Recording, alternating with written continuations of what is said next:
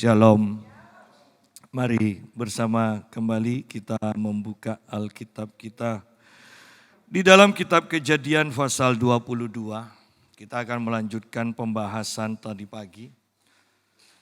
Saya percaya bahwa Tuhan sedang menata gerejanya kembali dan akan terus menata gerejanya sampai keinginan hati Tuhan dimanifestasikan atas berdirinya gerejanya.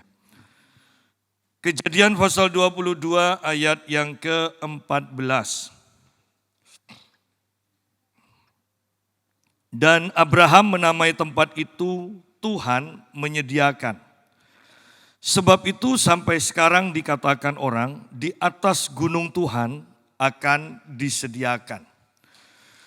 Tadi pagi kita sudah bahas hal ini bahwa Tuhan yang menyediakan ini tidak ujuk-ujuk langsung kita bisa nikmati penyediaannya.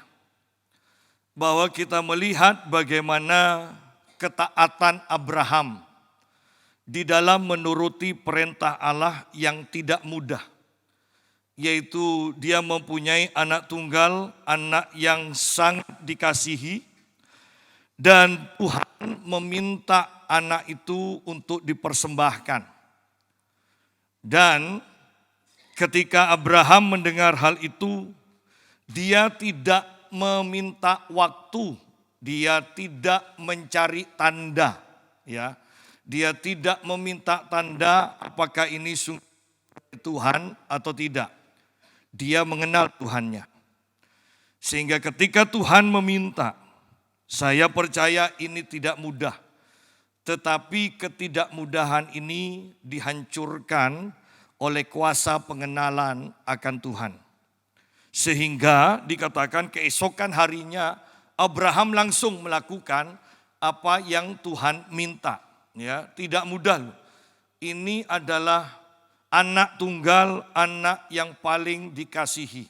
Ya, berandai-andai tidak usah anak, benda atau rumah atau mobil atau apapun juga yang paling Anda kasihi dan Tuhan minta itu.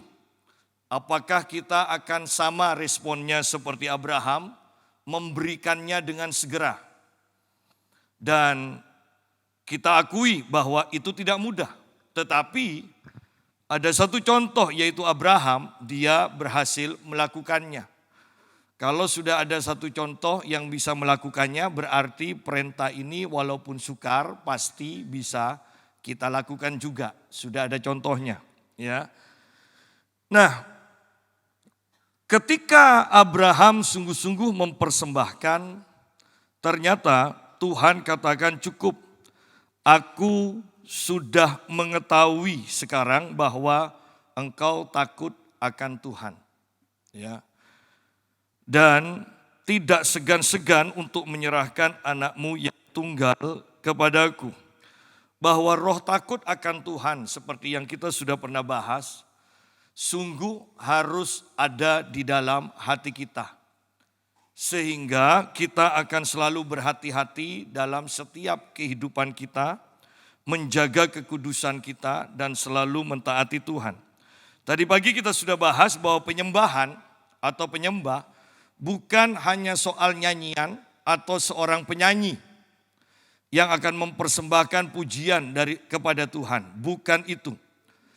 Penyembah adalah orang yang selalu taat akan Tuhan. Ya, bukan penyanyi. Penyembah adalah orang yang selalu taat kepada Tuhan. Itulah yang disebut penyembah. Bukan seorang penyanyi, bukan orang yang pintar menyanyi. Dan kita lihat contoh ini dalam kehidupan Abraham. Sehingga bukan kebetulan kalau kita melihat akan kehidupan Abraham, maka hampir setiap perikop tentang Abraham selalu dikatakan Abraham membangun mezbah. Itulah penyembahan, ya. Nah, sekarang ketika Tuhan mengetahui akan hati Abraham, maka dia kemudian mengganti korban dari Ishak diganti dengan seekor domba jantan yang disediakan oleh Allah. Dan kemudian Abraham menamai tempat itu Tuhan menyediakan. Ya, bahwa di atas gunung Tuhan ada penyediaan Tuhan. Ya. Kita tahu bahwa di cerita ini yang diundang untuk naik ke atas gunung dan mempersembahkan persembahannya adalah Abraham, seorang yang mentaati Tuhan. Nah, mari kita lihat persamaannya di dalam kitab Mazmur pasal 24. Mazmur pasal 24 ayat 3 sampai ayat yang ke-6. Siapakah yang boleh naik ke atas gunung Tuhan? Siapakah yang boleh berdiri di tempatnya yang kudus? Orang yang bersih tangannya dan murni hatinya, yang tidak menyerahkan dirinya kepada penipuan dan yang tidak bersumpah palsu. Dialah yang akan menerima berkat dari Tuhan dan keadilan dari Allah yang menyelamatkan dia. Itulah angkatan orang-orang yang menanyakan dia, yang mencari wajah-Mu, ya Allah Yakub, Selah. Nah, kita lihat di sini kalimat ini. Siapakah yang boleh naik ke atas gunung Tuhan? Siapakah yang boleh berdiri di tempatnya yang kudus? Dan kemudian ternyata ada syarat-syaratnya dituliskan. Artinya tidak semua orang bisa naik ke atas gunung Tuhan. Secara otomatis juga tidak semua orang akan mengalami penyediaan supranatural dari Tuhan. Itu ada syaratnya. Pada Abraham kita melihat ketaatannya yang mutlak kepada Tuhan. Dia tidak berlambat-lambat, dia tidak menunda-nunda ketika Tuhan meminta, ketika Tuhan memberi perintah kepadanya. Ingat di sini bahwa ini anaknya, ini yang paling berharga. Seringkali kita itu tawar-tawaran dengan Tuhan, seringkali kita minta waktu, walaupun ujung-ujungnya nanti juga tidak taat juga. Ya. Orang kalau sudah minta waktu kepada Tuhan, ingat bahwa waktu itu ketika itu berjalan, itu akan membuat api gairah di dalam kita akan semakin mengecil. Semakin mengecil. Sehingga kemudian perintah tidak berubah, tapi karena api sudah mengecil, semangat sudah mengecil, maka kita tidak punya kemampuan lagi untuk melakukan perintah itu. Itu bahayanya menunda, ya. Oleh karena itu kita sungguh harus berhati-hati. Di sini dikatakan kembali, siapakah yang boleh naik ke atas gunung Tuhan? Siapakah yang boleh berdiri di tempatnya yang kudus? Ayat 4 mengatakan, orang yang murni, orang yang bersih tangannya dan murni hatinya. Sederhananya, orang yang hidup dalam kekudusan. Sederhananya. Kitab Matius pasal yang ke-5 mengatakan, berbahagialah, diberkatilah orang yang suci atau murni hatinya, karena dia akan melihat Tuhan. Bahwa untuk masuk ke dalam gunung Tuhan, naik ke atas gunung Tuhan, itu tidak mudah.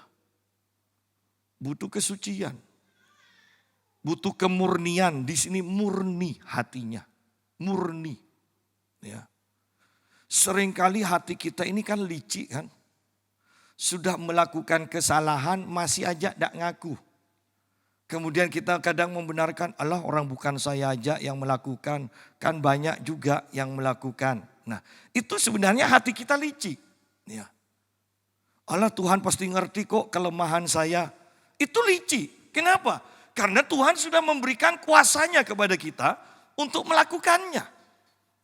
Untuk mampu mentaati Tuhan. Tetapi seringkali hati kita ketika kita tidak mentaati Tuhan, kita mengatakan, Allah Tuhan pasti ngertilah saya manusia yang lemah. Allah kan masih banyak juga orang yang melakukannya. Atau mungkin kita mengatakan, alah yang penting kan hati saya punya niat. Walaupun tidak melakukannya, yang penting niatnya. Loh. Tetapi dari bahasa ini kita lihat betapa liciknya hati manusia. Ya. Ini tidak murni. Hati yang seperti ini tidak murni. Ya. Ketika kita digerakkan Tuhan atau mendapat firman untuk berdoa, hati kita selalu mengatakan, alah doa terus untuk apa? Yang penting kerja. Doa terus kalau tidak kerja. Loh, padahal tidak ada yang menyuruh doa tidak usah kerja. Iya kan? Sebelum kerja doa dulu. Tetapi hati kita licik seringkali menyalahkan khotbah, menyalahkan firman, membenarkan diri sendiri untuk tidak berdoa dan mengatakan, alah yang penting kan kita itu ya. Yang penting kan bekerja, jangan doa terus.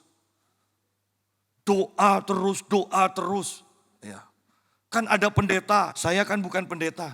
Sebenarnya ini berbicara tentang hati yang suka berbantah. Hati yang licik, hati yang jahat. Bukan hati yang murni. Ya. Bayangkan kalau Abraham mempunyai hati yang jahat. Dia bisa saja mengatakan, tidak mungkinlah ini Tuhan. Walaupun dia kenal Tuhan, hatinya bisa saja mengatakan tidak mungkin ini Tuhan. Orang Tuhan berkata bahwa dari keturunan ini, dari Ishak ini, aku akan punya keturunan yang besar. Ya. Tetapi Abraham tidak demikian. Abraham menyerahkan anaknya dengan prinsip, dengan satu keyakinan bahwa sekalipun Ishak dibunuh, Tuhan sanggup untuk membangkitkan Ishak karena janjinya, firman-Nya tidak mungkin batal. Ya. Bagaimana dengan kita? Seringkali kita itu hidup berdasarkan keinginan dan kebenaran hati kita sendiri. Ya. Disuruh berdoa punya alasan, disuruh beribadah punya alasan. Ketika tidak beribadah, disuruh memberi perpuluhan, punya alasan untuk tidak memberi perpuluhan. Disuruh mengampuni, punya alasan untuk tidak mengampuni. Intinya hati kita itu licik, jahat, tidak murni. Karena ketika hati kita murni, Alkitab katakan, untuk melihat Tuhan, untuk mendengar Tuhan, untuk bersekutu dengan Tuhan, itu mudah. Sangat mudah. Tetapi orang yang hatinya tidak murni, merasakan kegersangan. Ya. Bahkan ketika kita tidak merasakan hadirat Tuhan, hati yang licik mengatakan, Allah kehadiran Tuhan itu bukanlah soal perasaan, soal iman. Benar. Tetapi kan ini dipakai oleh kita untuk membenarkan diri kita. Ya. Padahal kita harus hidup di dua hal ini, yaitu kehadiran Tuhan di mana dirasakan atau tidak dirasakan Tuhan hadir. Tetapi ada kehadiran Tuhan yang dimanifestasikan di mana itu sebenarnya melambangkan perkenanan Tuhan atas hidup kita. Ya. Nah, betapa ya, kita menjadi orang yang bersih tangannya, berarti di sini tindakan, tingkah laku kita, murni hatinya, kedalaman hati kita. Jangan beralasan. Saya percaya bahwa kalau mau beralasan, maka Abraham punya alasan yang kuat untuk tidak mempersembahkan Ishak anaknya. Raja Daud mempunyai alasan yang bisa diterima sebagai raja.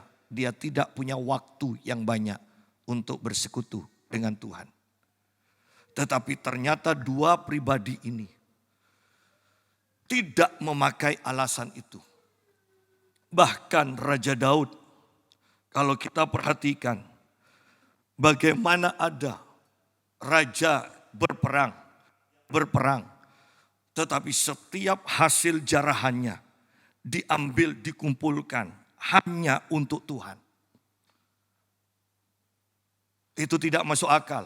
Tetapi karena kecintaannya, hatinya yang begitu mengasihi Tuhan. Itu Daud lakukan. Dan dikatakan menurut kekayaan, menurut kurs sekarang, itu ratusan triliun. Itu ratusan triliun. Ya. Tidak mudah. Bahkan kalau mau masuk lebih dalam lagi, itu bukan soal jumlah, itu soal nyawa. Karena Daud harus berperang untuk mendapatkan itu. Disinilah kita harus berpikir bagaimana kecintaan kita kepada Tuhan. Apakah itu sudah kita manifestasikan melalui kehidupan kita.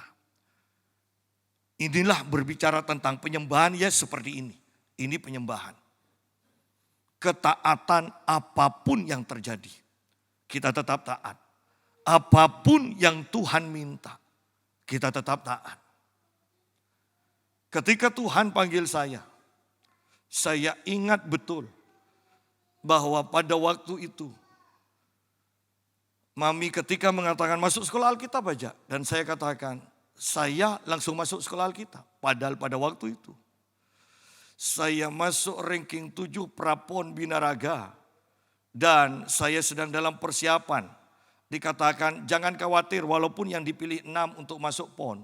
Biasanya pas hari hanya itu selalu ada aja yang berhalangan. Apakah sakit atau apa dan kamu akan masuk dia bilang. Dalam keadaan seperti itu untuk masuk PON dalam persiapan PON saya tinggalkan semua. Dan saya masuk sekolah Alkitab. Ada alasan untuk menunda. Saya bisa saja mengatakan tunggulah tahun depan aja masuk sekolah Alkitab. Tetapi tidak seperti itu. Berapa banyak dari kita selalu menunda. Bahkan untuk memberi. Apakah persembahan khusus, apakah perpuluhan. Bukankah banyak yang berjanji. Nanti kalau ekonomiku sudah aman. Nanti kalau aku sudah kaya. Bukankah banyak yang berjanji. Tetapi siapa tahu hidup kita ini sampai kapan. Siapa tahu apakah iman kita dengan menunda-nunda terus. Apakah iman kita akan tetap kuat di dalam Tuhan? Ataukah nanti pada akhirnya kita akan meninggalkan Tuhan? Bagaimana dengan janji yang kita lakukan? Sidang jemaat, berurusan dengan Tuhan, jangan menunda. Jangan suka menunda. Jangan selalu berkata, saya mau minta tanda kepada Tuhan. Tadi pagi kita sudah bahas. Bagaimana kalau seorang anak dipanggil oleh ayahnya atau ibunya dan dia tidak langsung datang. Ketika intonasi dari ayahnya itu ditinggikan, anak itu masih belum datang.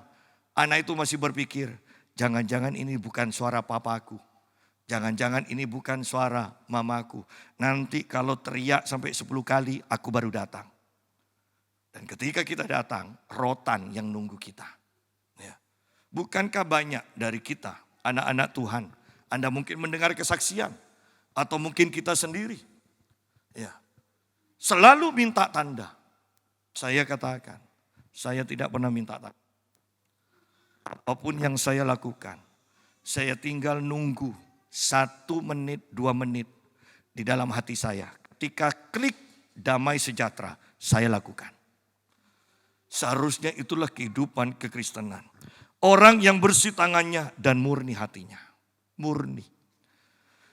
Kalau mau disederhanakan lagi. Tadi kita bicara ini kekudusan. Kalau mau disederhanakan lagi. Orang yang berdiri di atas ya, tidak di atas tidak. Jelas. Jelas sekali. Yang tidak menyerahkan dirinya kepada penipuan. Dan yang tidak bersumpah palsu. Ya. Tindakan sudah, hati sudah, sekarang perkataan. Loh. Ya kan? Bersih tangannya tindakan. Murni hatinya bicara hati. Sekarang bicara mulut yang tidak menyerahkan dirinya pada penipuan. Dan yang tidak bersumpah palsu. Tidak bersumpah palsu.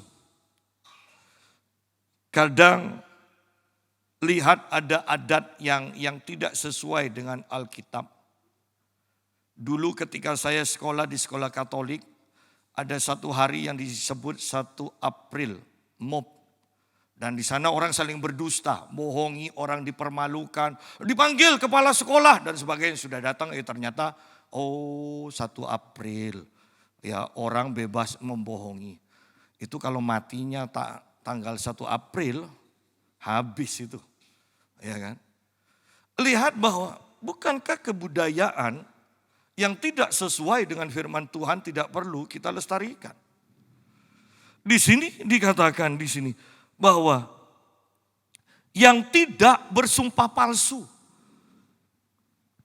Bahkan di dalam perjanjian baru dikatakan tidak perlu bersumpah.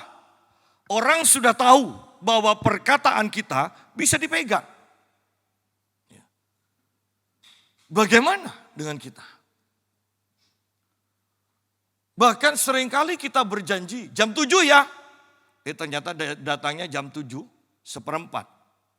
Loh, bukankah berarti perkataannya tidak bisa kita pegang? Bersyukur bahwa sekarang ada HP. Jadi kalau sudah nunggu, pasti main HP sambil nunggu. Kalau zaman dulu, kalau yang nunggu bukankah itu adalah sesuatu yang akan mengendapkan kemarahan kita? Ya kan? Karena ada kerjaan, nunggu, bengong gitu. Ya. Saya pernah dari Lumajang pulang malam, kemudian naik bis kan, sampai Bungurasi jam 9. Kemudian dikatakan Patas jam berapa Pak? Jam 10. Jam 10 saya tunggu. Jam 10 ternyata tidak ada. Jam berapa Patas? Ini yang terakhir jam berapa? Enggak Pak, ini jam 11 nanti ada lagi. Ternyata jam 11 tidak ada. Kemudian saya tunggu lagi. Katanya jam 1. Jam 1 saya tunggu daripada kan dulu naik kalau yang naik bus itu kan ada kambing, ada apa segala macam binatang kan. Saya tunggu jam 1 tidak ada. Pak, kalau yang jam 3 sungguhan Pak. Dan akhirnya saya naik kemudian jam 5 naik bis biasa saya. Sudah jam 5 pagi. Sejak itu saya katakan saya kalau pelayanan tidak mau naik bis lagi. Walaupun mahal, walaupun tidak nyocok dengan PK-nya. Saya bawa mobil sendiri aja. Ya. Tetapi yang saya mau katakan ini loh. Bahwa menunggu itu menjengkelkan. Bayangkan kita sering kali ketika berjanji jam 7 ternyata jam setengah 8 ya. Yang datang jam setengah 7 itu jarang. Ya. Ya. Semoga nanti kalau rapat selanjutnya tidak telat ya. Kan praktek yang sederhana. Ya, yang sederhana. Tidak usah janji miliatan, janji waktu aja dulu ya. Ya. Makanya dulu ketika saya pernah memimpin rapat, selalu di rapatnya kan dituliskan. Jam 7 sampai jam 8 selesai, tidak selesai, jam 8 selesai. Iya kan? Kalau tidak gitu, kalau tidak ditulis akhirnya, kita bisa datang setengah 8. Ya. Tapi sekarang tidak usah ditiru kok, pasti datang. Iya, karena sebelum doa pasti makan dulu. Sebelum mulai makan dulu. Kan dulu makannya setelah selesai rapat kan. Sekarang sebelum rapat. Ya. Nah kembali kita lihat bahwa bersih tangannya berbicara kelakuan. Murni hatinya berbicara hati. Kemudian yang tidak bersumpah palsu berbicara tentang perkataan. Bahwa orang yang masuk dalam kategori ini boleh naik ke atas gunung Tuhan dikatakan. Dia akan bertemu Tuhan. Dia akan menikmati hadirat Tuhan. Ya. Dikatakan ayat yang kelima, ketika dia sudah naik di atas gunung Tuhan, dialah yang akan menerima berkat dari Tuhan, satu berkat dari Tuhan, dan keadilan atau kebenaran dari Allah yang menyelamatkan dia. berkat dari Tuhan dan kebenaran dibenarkan oleh Allah. Ya. Ini luar biasa.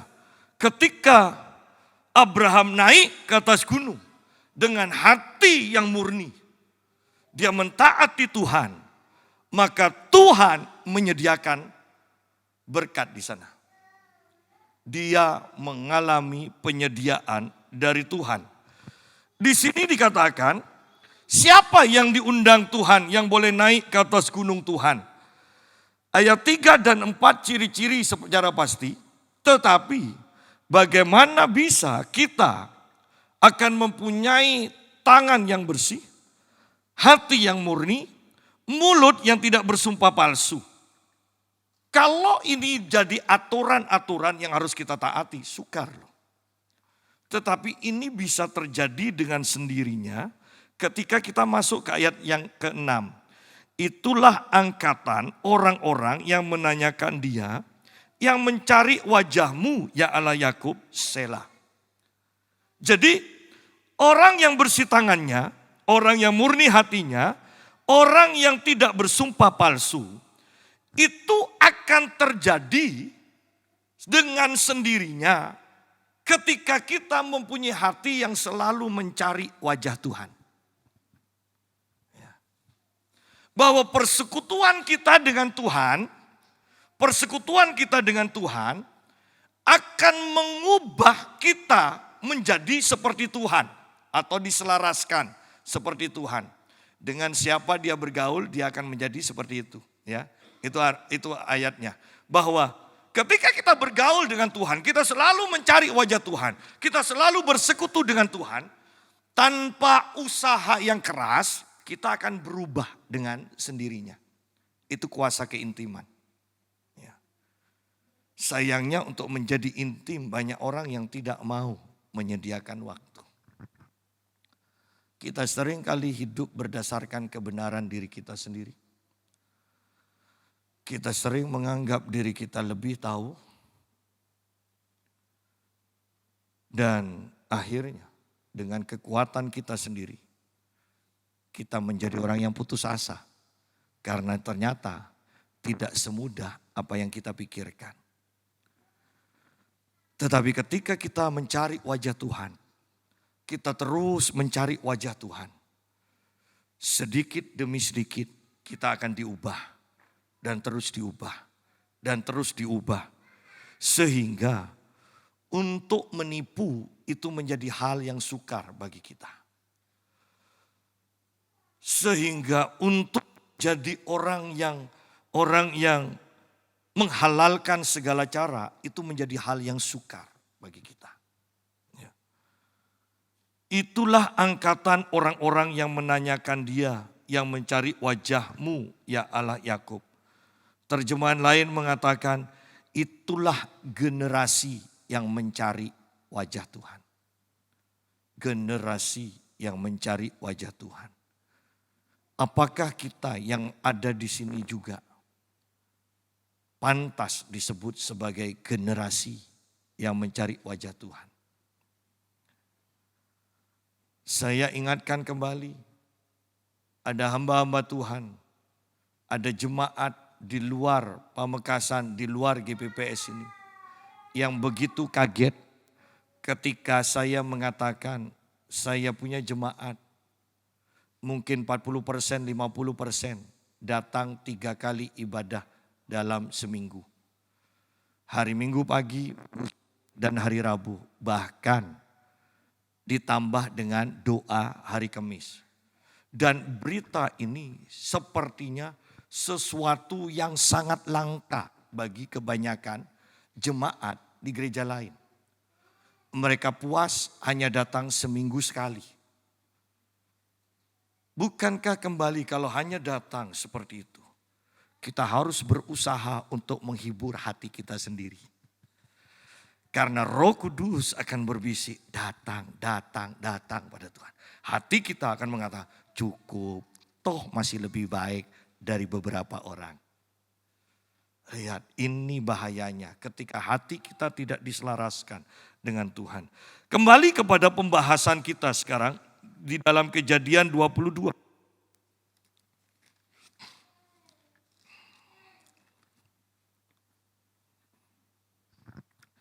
Kejadian pasal 22.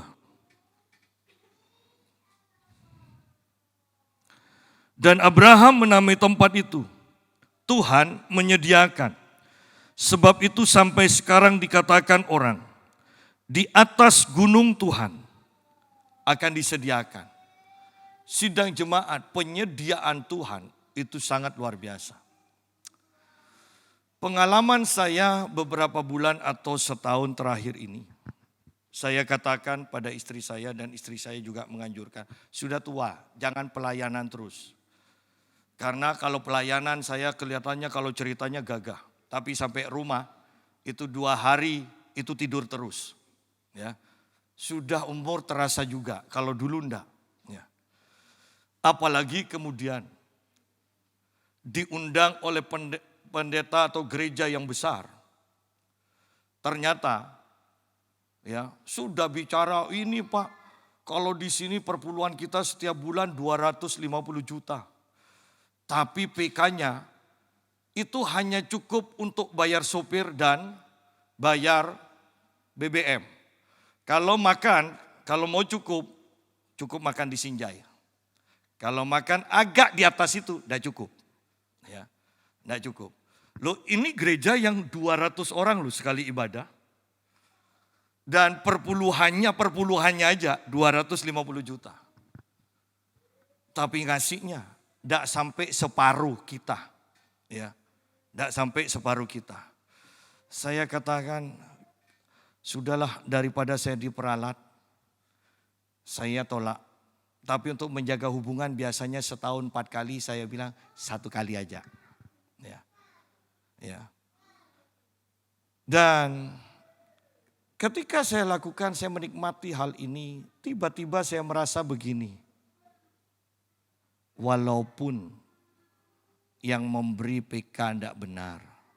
Tahukah kamu bahwa ada orang-orang 1-2 yang diberkati dengan pemberitaan firman yang kamu sampaikan.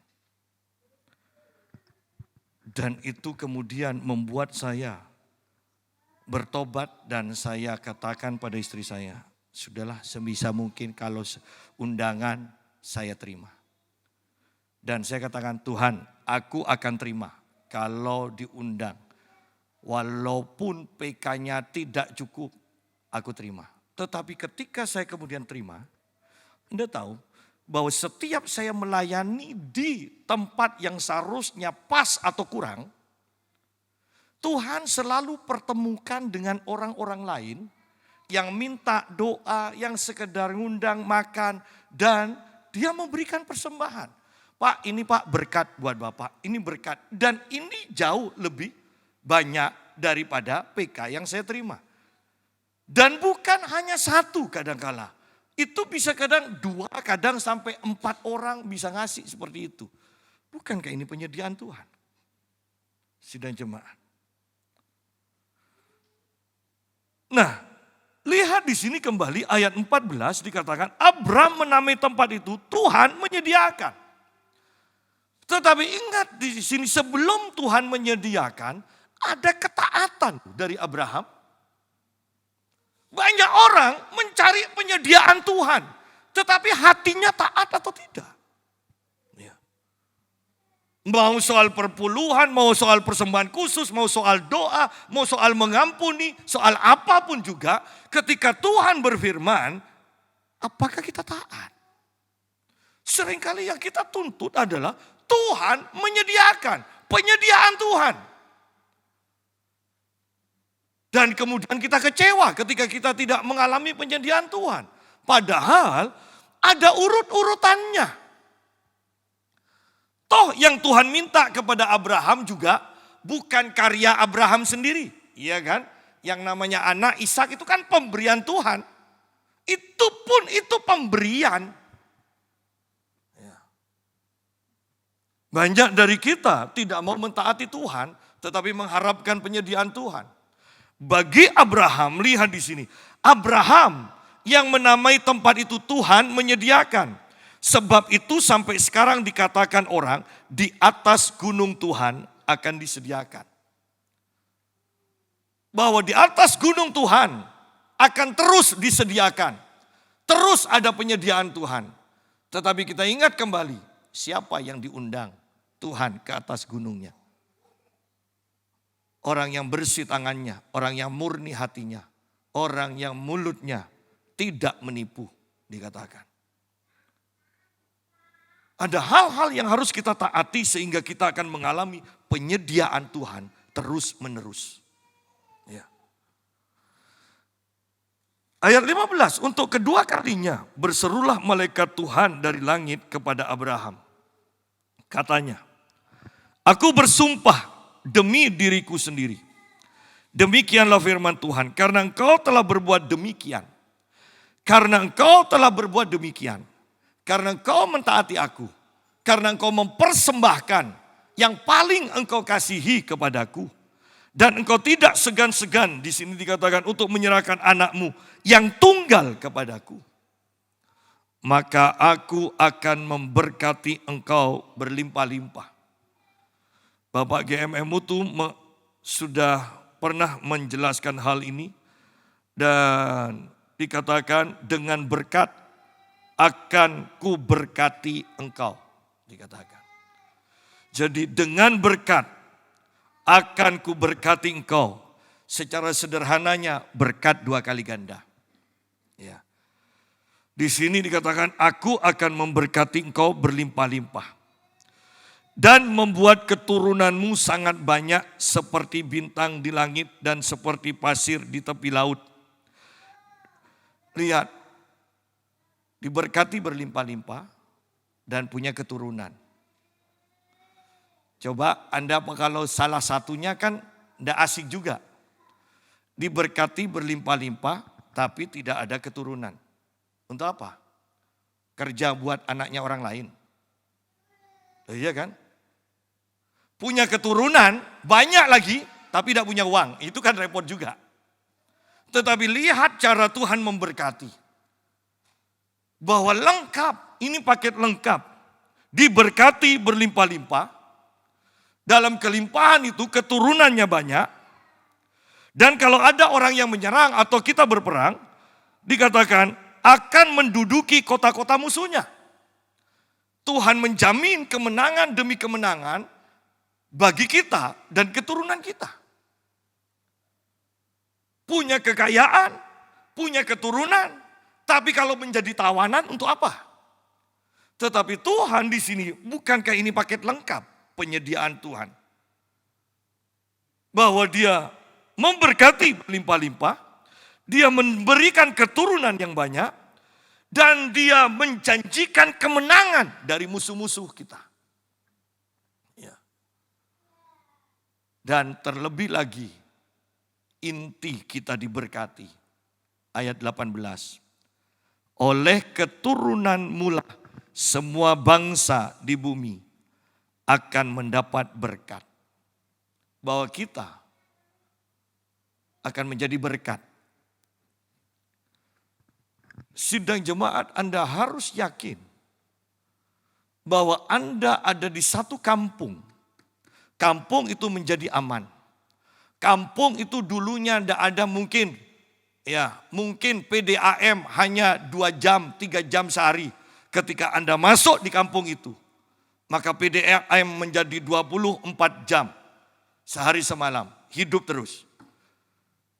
Jangan berpikir itu kebetulan. Saya beberapa kali pindah, ngontrak ya di belakang KPKN, di Petemon, kemudian di Telanakan. Semuanya itu awalnya hanya beberapa jam setiap hari air.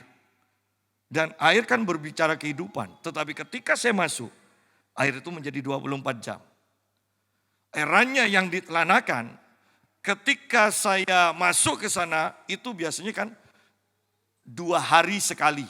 Itu pun 4 jam, 2 hari sekali. Jangan terlalu banyak kencing kalau tinggal ditelanakan indah. Airnya habis untuk kencing. Ya.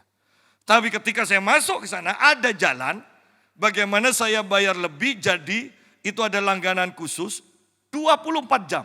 Jadi tetangga-tetangga minta kepada saya. Kadangkala kita belum ambil air, tetangga sudah minta dulu. Ya, itu hebatnya tetangga. Ya. Nah, ketika saya keluar dari sana, ada berita bahwa peraturan dirubah. Tidak boleh walaupun bayar lebih langganan khusus, tidak bisa. Semuanya sama. Lihat di sini bahwa kehadiran kita itu menentukan berkat. Ya. Anda kalau tahu di tempat ini, dulu di sini ini dikenal kampung maling. Loh, orang dinamonya, truknya Pak RT aja hilang kok. Sedangkan mobil kami di luar itu terus. Berubah. Apa sih salahnya hanya ngasih 50.000, 20.000, tetangga bahkan tukang becak pun. Yang saya kasih 50.000, kata istri saya, kamu kok kenal tukang becak itu? Dulu teman main layangan.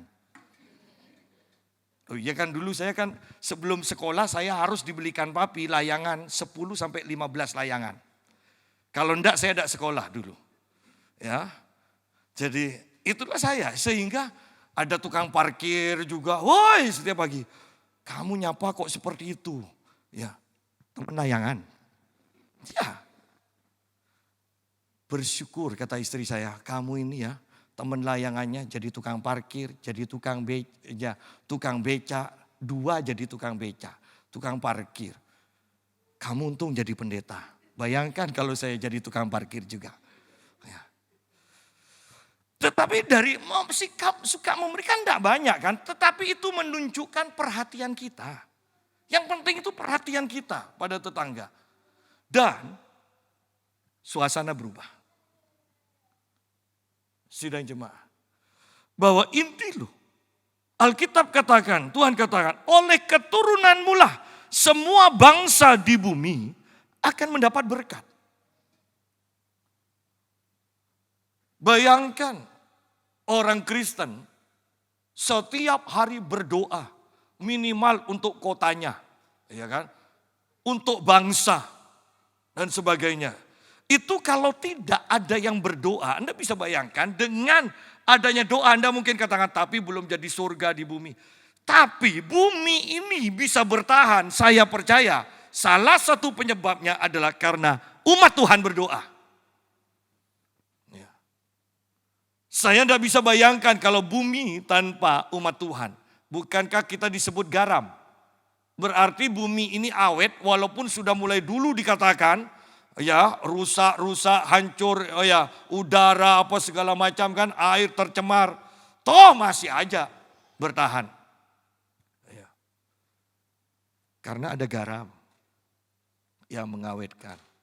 Mau kejahatan sebanyak apapun selalu ada pengharapan, ada terang. Karena ada gereja Tuhan yang Yesus katakan menjadi terang dunia. Kalau tidak ada umat Tuhan, bagaimana?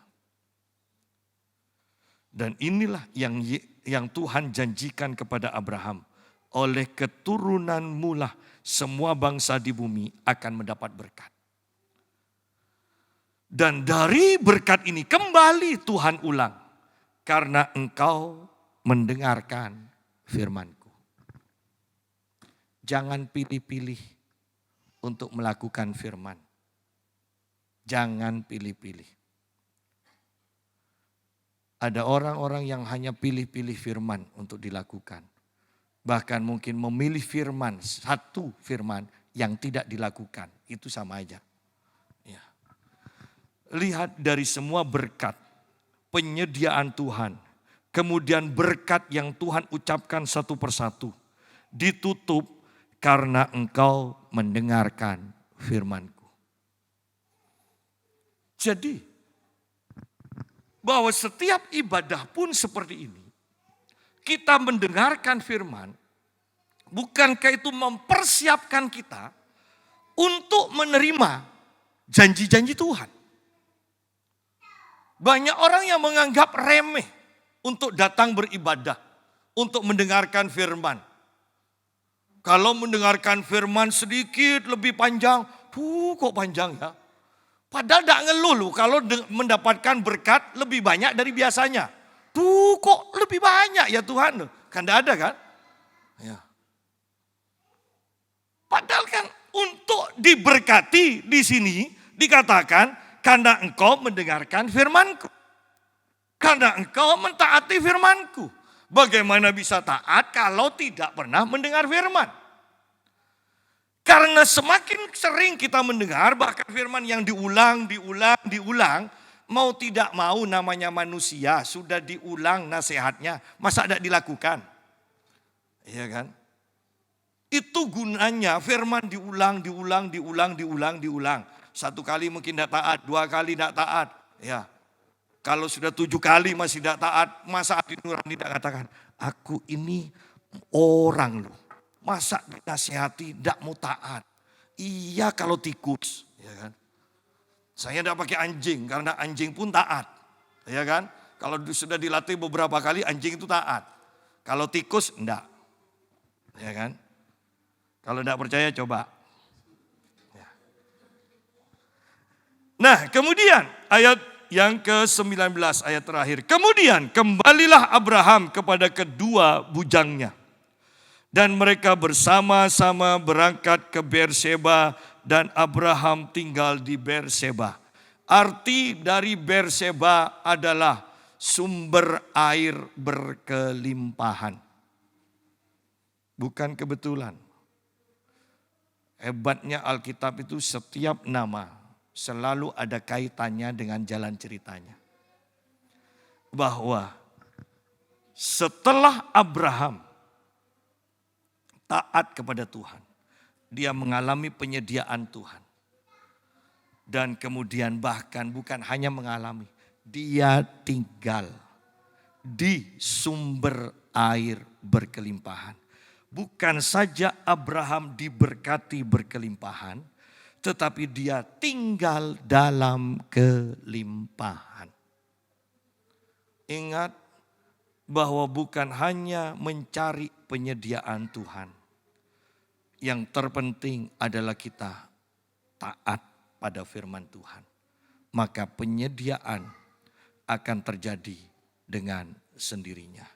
Tuhan memberkati. Mari kita berdoa.